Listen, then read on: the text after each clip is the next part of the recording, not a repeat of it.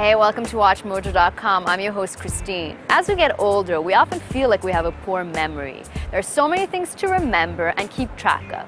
Well, today we'll be talking to Dr. Angela Chan, who will give us ways to improve our memory. So thank you, Dr. Angela Chan, for joining us today. It's my pleasure. So how can I improve my memory so I will not forget? So in order to improve memory, one way is to increase the depth of processing.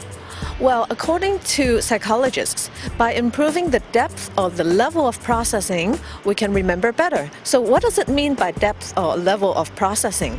For example, you want to remember where you parked your car, okay? And you parked at E6. Well, normally, if you just try to remember it, when you walk into the shopping mall, you might easily forget. So maybe we can elaborate a little bit. For example, E6, what can we think of? E, well, an elephant. Well, seeing an elephant in a parking lot is quite unusual. So you see an elephant?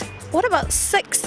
Well, they have 6 appendages. The 4 legs, the trunk, and the tail. So if you see an elephant with 6 appendages, and probably in your mind if you paint it pink, you're more likely to remember it. So this is one level of elaborate processing.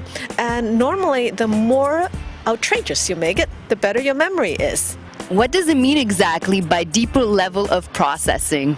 According to psychologist Hastrudy, that means you elaborate your item to be processed in deeper ways. In that essence is, you think more of how it relates to its environment, how it relates to you, and by doing that, you create more memory traces within your brain so that you have more ability to tag on to other relevant items so that you're less likely to forget. So if you chain it together like that, it helps you remember better. So if you study and try to remember something at school, maybe you can use this strategy as well.